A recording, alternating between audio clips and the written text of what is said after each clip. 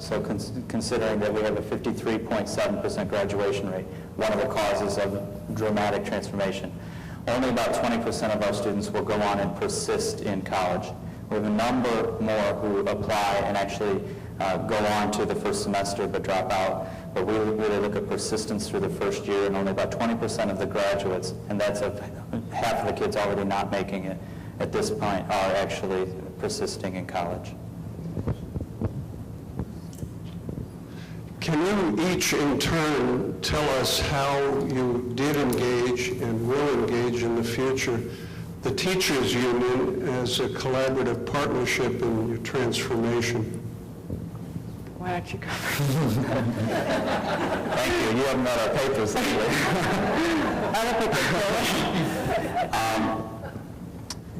You know, we have to go back to a fundamental principle. The teachers who show up and work in our schools every day are doing the very best that they know how to do. The great majority of them are. Now, in a system that has 8,000 staff members, you're going to find somebody who's not. But we have to go back to just a core principle that the great many people who come to work in our schools every day and who really go way above and beyond are working as hard as they know how. They come because they care. They come because they want their kids to be successful. And so from an academic perspective, I've approached our work over the last about 3 years that I've been here, just with the fundamental assumption that these are people who really want to succeed.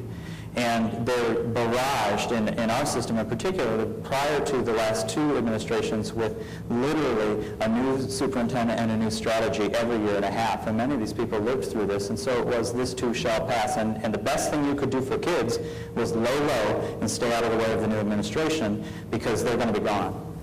And so our fundamental principle has been that we have to start with the expertise in-house. And so I shared that we had about 550 of our teachers working on curriculum writing today. School was just out last week, and we had these 550 teachers writing our curriculum. And it's because they have the expertise, given the coaching and the strategies, to decide in what way, as professionals, we should deliver content to our kids.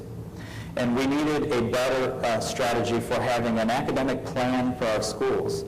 And so we brought a whole bunch of teachers and administrators and parents around the table and said, what are the things that have to be achieved in a school, and how can we write kind of a template that faculty can follow? And so even though we're in the midst of some very difficult public teacher negotiations right now, even amidst that, there is evidence all over our district that if you actually approach the people who are doing this work every single day as people who have been trained to do this work every single day and take advantage of their expertise, you can actually build collaboration really very quickly.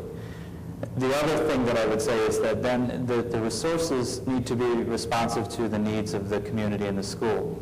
And so we've invested a great deal after the Success Tech shooting tragedy of 3 years ago in creating better conditions for our kids. And I had somebody say to me, how are you going to get teachers to do this extra stuff? It's going to be one more thing. And I said, again, you cannot underestimate the power of people who want so much for kids. Our teachers desperately want their children to have great lives. And when we put a few tools in their hands and said, there's evidence that if you do these things, kids will be better problem solvers, they'll be better able to behave in class so that you can teach them and so that they can learn, our teachers responded overwhelmingly positively. So a large part of it is, I was a teacher, and I am a teacher. And the best thing I can do as an administrator is remember what it was like to have to make sure that every single day, at every single moment, I was serving kids well, and that's what every person is trying to do. So that's been my strategy for engaging and getting around some of the barriers of more traditional union kinds of constructs. Yes, I'm TJ Dow, I'm councilman of Ward 7. And one of the things that I do want to say is the fact that I believe that this transformation plan was doomed from the very beginning. Because you did not have community involvement. It was more or less arbitrarily done. And one of the things, I went to your city, Ms. Edelberg, in Chicago, and your city is doing it right. There were so many things in place for community input that I didn't believe it myself. Me and my colleague, Councilman Conroy, traveled to Chicago. But my question is, after talking with Chicago officials, as it relates to the violence that took place when they shut down high schools and had kids traveling across gang lines into other neighborhoods, which I'm sure you're well aware of. Chicago said, we do not shut down high schools anymore because it's too dangerous. We can no longer, we cannot ensure the safety of those kids to and from school, and you can't play with people's lives. That was the quote. And they never ever shut down a high school, they always phased them out. So my question is, were those things considered? Did you look at Chicago's plan? And how are you going to apply that here in Cleveland? The things that took place in Chicago, is that even on the radar? Thank you, Councilman. We have looked at Chicago's plan as well as a number of other cities. We, as you know, are very concerned about the safety of our students and have worked hard to improve the safety for our students, but in this time of change, we need to be paying particular attention to it over the summer. We face, as you know, a budget deficit that does not allow us to continue to operate excess facilities and phase them out. And frankly, if we had the opportunity, that would be the most ideal opportunity. Our economic conditions just simply do not allow for it. And so we had to make some difficult decisions about the number of schools, including 2 high schools that we had to close. We have been working very closely with the Partnership for Safer Cleveland and with a number of the other agencies already, even before school closed, to do open houses to welcome kids. And we've actually worked directly with our students to have them craft what are the kinds of relationships that we need to build among school cultures.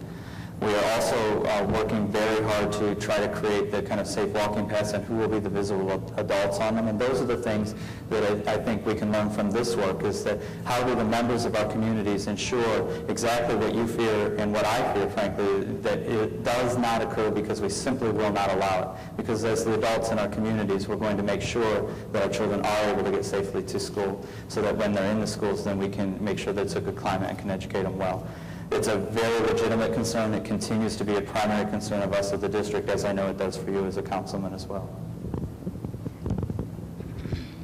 Thank you. Mr. Gordon, there are always stories within stories that don't make the headlines.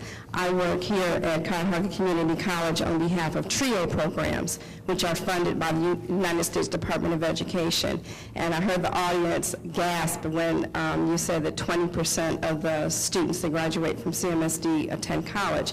Well, our partnership with the Department of Education and Tri-C, we are charged with 85% of the seniors we work with in CMSD schools, they must attend college, and we are charged to make that happen. And so we have to do a lot of participation and engagement. So when we go into the schools at the beginning of the school year, we ask all of the teachers who wants to partner with us. We give them a choice. And those teachers that want to partner with TRIO Educational Talent Search, then we work with the students together. We provide programs and opportunities for those students. And then for the summer, we start our summer program here on Monday at Tri-C. We ask the students, who wants to partner with us? Who wants to participate in our summer program? And as a result, these students have been in our summer program, some of them since the 6th grade, and now they are in high school getting ready to graduate. And our students can go to college anywhere. Because of our grant, we cannot recruit for Tri-C, but many of them go to Tri-C, and some go to Bowling Green, Toledo, all over the place. But I just wanted to share with the audience that there are success stories within other stories.